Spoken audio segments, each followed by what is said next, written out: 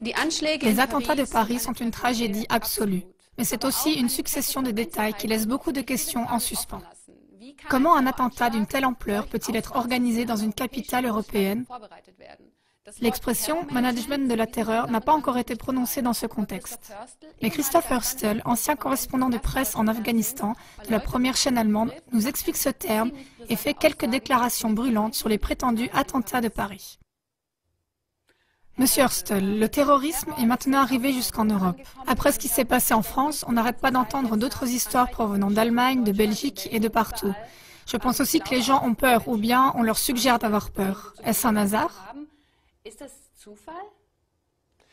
Non, bien sûr, ce n'est pas un hasard. Évidemment, cela a été préparé. Aussi, ce qui nous est rapporté par les médias de masse et qui n'est pas fidèle à la vérité, ça non plus, ce n'est pas un hasard.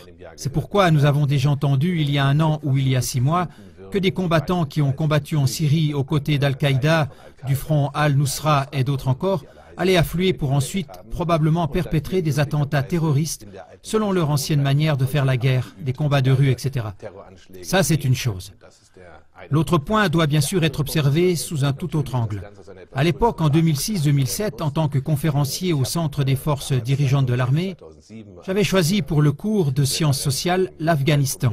En tant qu'expert du pays, j'avais instruit les forces dirigeantes des troupes de combat allemandes sur la façon de se comporter en Afghanistan et pour ce cours, j'avais alors utilisé l'expression « management de la terreur ». Et c'est exactement ce qui se passe ici. Les gouvernements mentent, tous les gouvernements de l'OTAN. Ils ne mènent pas un combat contre le terrorisme, mais ils pratiquent eux-mêmes le management de la terreur.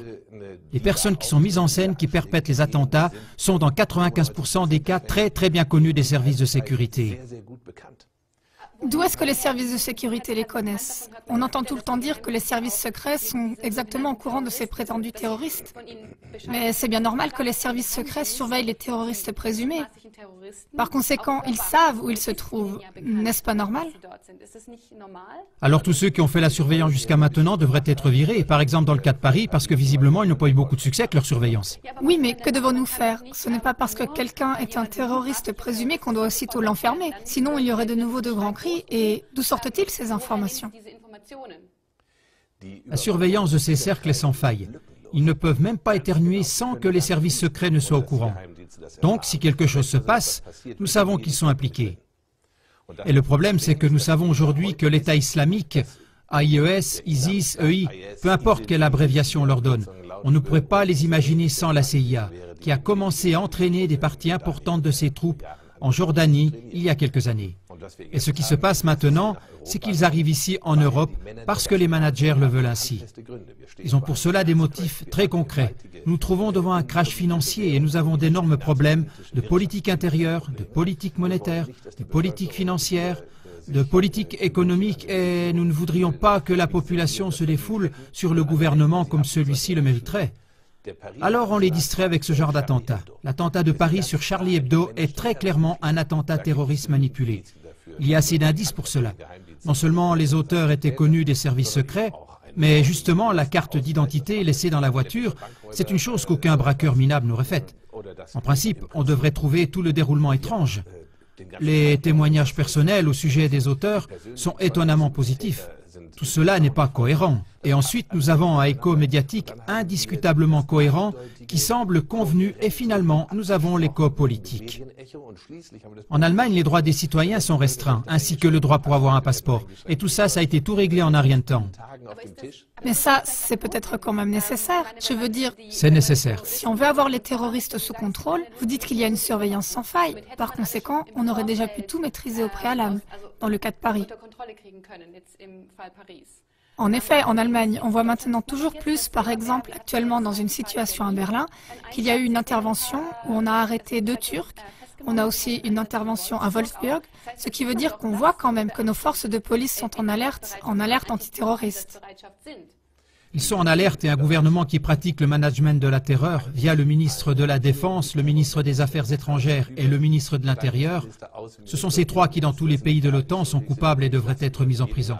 Bien sûr, ils vont réfléchir comme « quand allons-nous mettre en œuvre un attentat terroriste ? Nous allons y recourir lorsque nous aurons l'impression que la population devient nerveuse d'une manière ou d'une autre parce que le système politique de son pays ne lui convient pas. Ils le mettront en œuvre lorsqu'ils auront l'impression qu'ils en ont besoin parce qu'ils n'arriveront pas à faire passer certaines restrictions, des droits civiques ou des lois hostiles à la démocratie. » Donc encore plus de surveillance, etc. ou d'autres choses semblables comme par exemple la loi sur les passeports qui a été adoptée. Par exemple, ce sont exactement ces points-là. Lorsque le gouvernement a le sentiment « Ah, nous arriverons à faire passer la loi sans attentat terroriste », bon, on va quand même arrêter quelques personnes, parce que ce sont peut-être des cercles qui sont contrôlés, mais ils sont quand même peut-être capables de se débrouiller tout seuls. Donc, le management de la terreur est un business très compliqué. On connaît cet exemple dans le cas de la NSA, où les services secrets intérieurs, les services de la sécurité du territoire, avaient de toute évidence comme habitude de coopérer avec un groupe de tueurs d'extrême droite. Et ça, c'est de ces problèmes qu'il s'agit là. Si on regarde où cela nous mène à l'avenir, on a juste besoin de regarder quelles sont les données générales.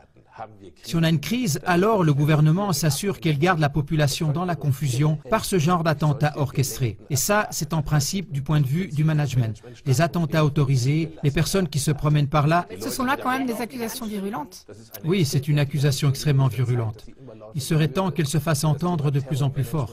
Le sujet du management de la terreur, je l'ai enseigné à l'époque aux soldats et j'en ai aussi donné une définition. C'est justement l'instruction, l'armement, l'approvisionnement en données, le paiement, le personnel politique et aussi les mesures disciplinaires. Il y a des lancements de drones US au Yémen où les troupes d'Al-Qaïda qui réussissaient ne voulaient pas obéir.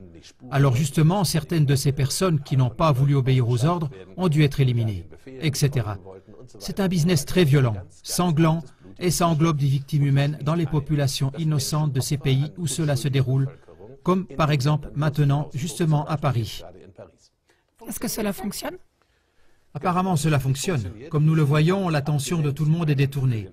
Le président français Hollande, qui est absolument impopulaire et qui était à 13%, a connu d'un coup une augmentation de sa popularité qui est passée à 29%. On se trouve en plein dans un vol à hauteur de billions par la mafia financière dirigée par la Banque centrale européenne pour acheter à grande échelle des papiers sans valeur de façon à ce que la Suisse fuit l'euro avec effroi et ainsi entraîne tout le navire à chavirer. Et ça, on doit bien sûr absolument le détourner. On ne peut pas laisser les gens venir à l'idée de vouloir tout d'un coup s'attaquer à la mafia financière. Ce serait vraiment déplacé. C'est pour cela qu'on a besoin d'une attaque terroriste. Merci beaucoup, Monsieur Hostel. Est-ce donc juste une diversion ou un terrorisme aux motivations vraiment religieuses? Car effectivement, une étude nous parvient d'Europol pour l'année 2013 qui dit que les musulmans ne seraient responsables que de 2% des attaques terroristes des 5 dernières années. Et si on regarde l'année 2013 de plus près, on voit 152 attaques terroristes dont seulement 2 avaient des motifs religieux et 84 des motivations nationalistes ou séparatistes.